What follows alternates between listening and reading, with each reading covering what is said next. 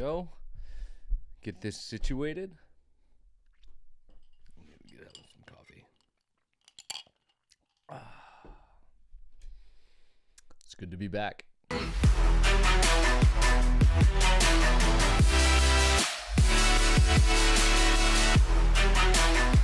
What's up, everybody? My name is Naka, and we are back yet again in the home office. First off, let me say, I know what you're thinking.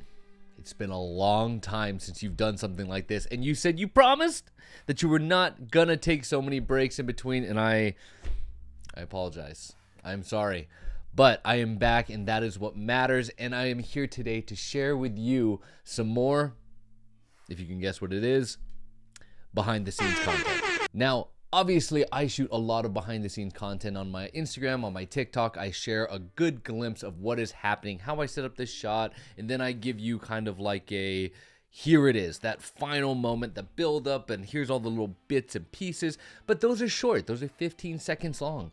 So I thought, you know what's probably a little bit better than 15 seconds is actually a YouTube video dedicated for all those videos. This way, I can actually walk you through the different processes, what I'm thinking, why I make decisions the way I do, and basically give you a better understanding so that when you decide that it's your turn to go out there and try these shots, you know exactly how I did it. So, what are we doing today? Today, I'm going to review one of the shots that I've done in the past. This video got a lot of love, and a lot of people were just asking, like, how'd you do this? What kind of string? What kind of setup? Why? And I'm going to share with you exactly what I did to make this photo. The video that I'm talking about is the video that I had, you know, the different pieces of the sandwich, chicken burger, and it was like the bun, the chicken, the lettuce, the tomato, the onion. I'm getting hungry just talking about it. But I suspended them all in different layers, and I took the photo, and I gave you a really quick glimpse of how I did that.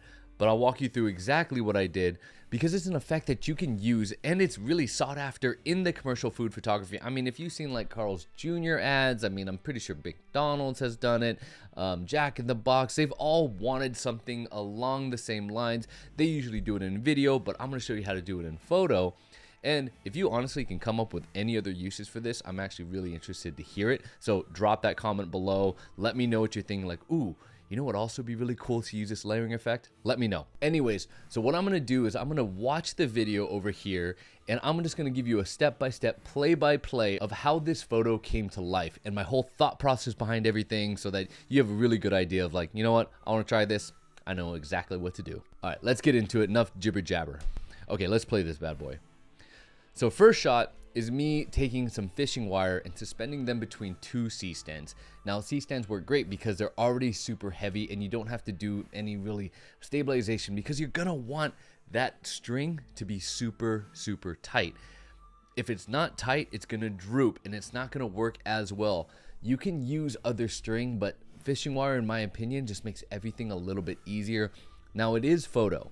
So I will say this, if you decide, you know what, I want to do something, an effect that's going to take maybe 2 or 3 patties on one string, or whatever the case may be that actually weighs it down more, then you could probably use something a little heavier, like a thicker fishing wire, or maybe even real wire, or maybe even as far as like a piece of twine or something like that. But it's mainly because you're doing photo. If you're doing video, you're going to want to stick with fishing wire just because it's going to be a lot easier to get rid of in post.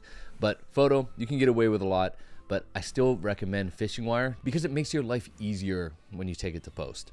So you have a couple options. If you have C-stands, you're ready to go. Put them on either side of the table, whatever you're using as your base or your bottom of your photo. The C-stands should be heavy enough. If not, if you have sandbags, you're lucky, and throw those sandbags on there. They're gonna keep them nice and sturdy.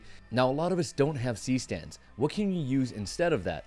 I mean, you could probably use anything that has like an upright position that you can get about 1 foot or 2 feet away from each other, like maybe 2 backs of a chair, maybe a table next to another chair, or a table and another table, or a door jamb. Maybe if you use duct tape, that might work if it's light enough.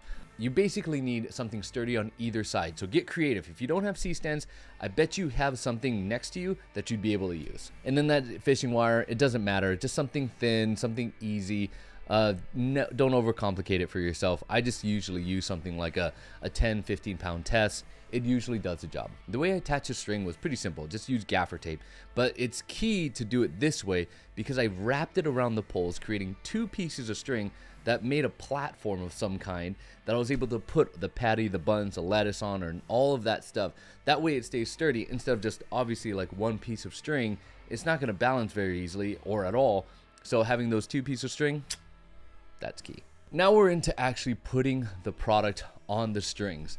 This, I warn you, takes a lot of patience because everything is about spacing in these types of videos. Now, the bun is going to weigh way less than the patty. The patty is going to weigh more than the lettuce. And then maybe you want to add some sauce, and that's going to change things. So you have to account for that on the spacing of when you're putting these strings up, because that's something that I ran into. Now, you don't see it in this video, but I definitely ran into it because I put the patty on. I was like, oh, this is great. And everything was spaced out exactly the same. And then when I went to put the lettuce on, I was like, good, that still looks pretty normal. And then I went to put the chicken patty on it, and it just sunk. And it was so close to the lettuce that it just didn't make sense anymore. And I was like, all right, now I have to reset. I actually have to put 2 more inches of width in between the lettuce and the patty just to account for that kind of sagging action that happens when you put the patty on because it weighs a little bit more. So remember that when you're setting up.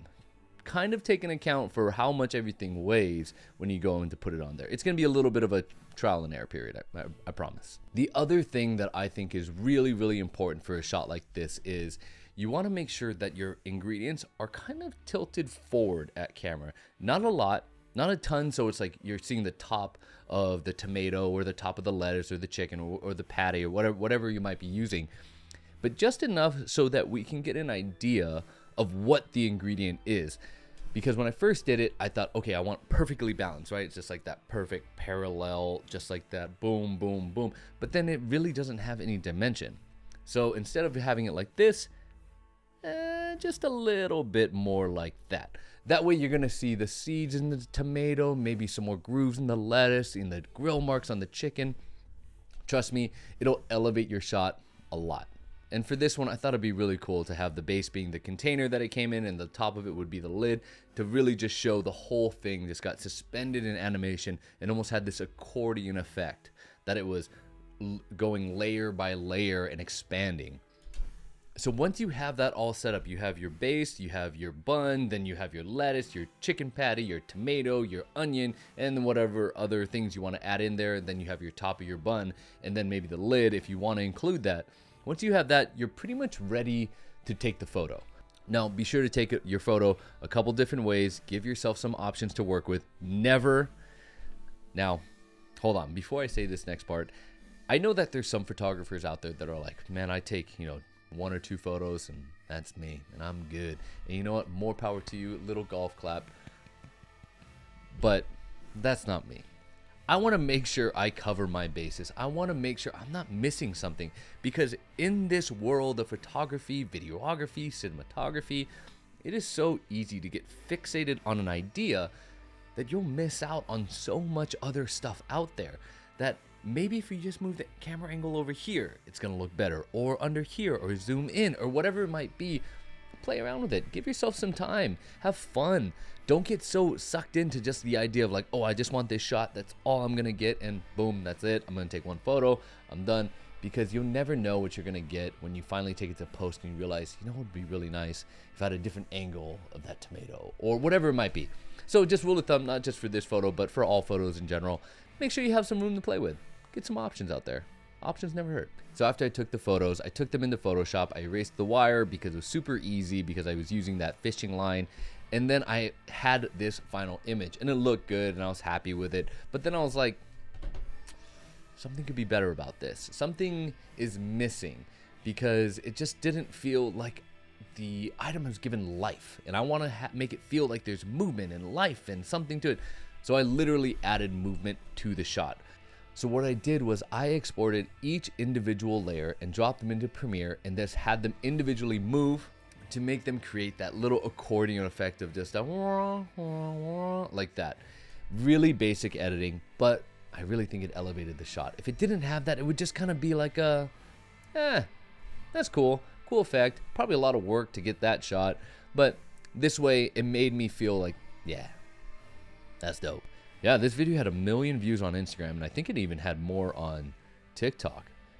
But look, this effect is something you could literally try right now and go create a version of yourself. If you do try it, please tag me. I want to see it. Send it to me. Let me know you did it. If these videos help, let me know, and I'll continue to make them. I'll give you a quick walkthrough through all my different videos that I've created in the past and moving forward. All right, guys, thank you so much. That is it for today. I really just want to make this quick, and so I can give you a deeper look into these videos. Now, if this video helped you, let me know in the comments. If you want to see another one done, let me know in the comments. If you haven't yet, like, subscribe, do all that stuff. I really appreciate it. We're going to get back on track. We're going to get back on YouTube, and we're going to create a bunch more fun content, so stick around for it. Like always, guys, I really appreciate you hanging out with me today, and I'll see you all next time. I'm Evan Naka, and see you later.